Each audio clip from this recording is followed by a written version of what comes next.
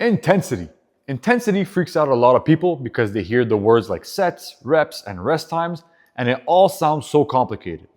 But once you understand what intensity actually means, it gets super simple. Intensity is just how close you are to muscle failure. That's it. Everything else, the reps, the sets, the rest, are all tools to help you get there safely. Let's go over repetitions, also known as reps. A rep is one complete movement. Think one squat, one push-up, one curl. Reps exist for one reason, to bring the muscle close to failure so it can adapt. Here's the breakdown.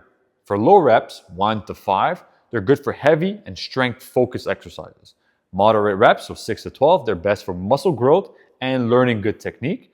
And the higher reps, so the 12 to 20 plus, it's much more endurance focused. Most people who begin at the gym should live in the 8 to 12 rep range, and science back this up.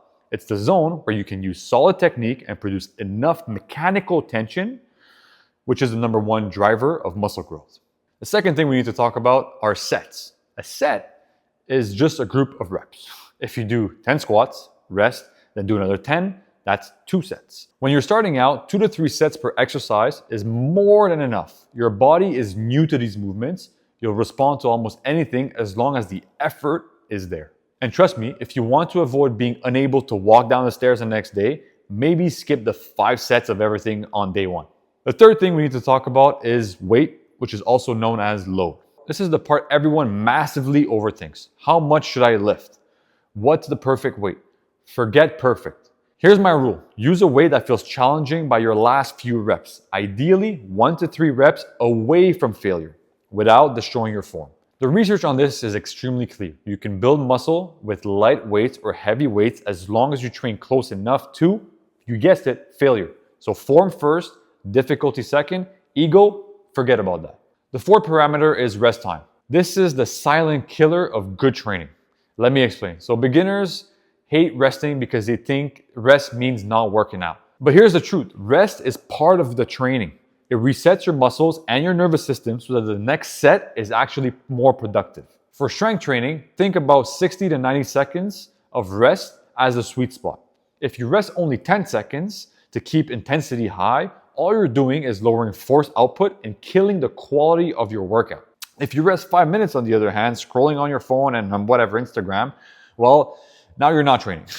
You're hanging out. So to bring it all together, don't overcomplicate things. When you're starting out, the keys are simple.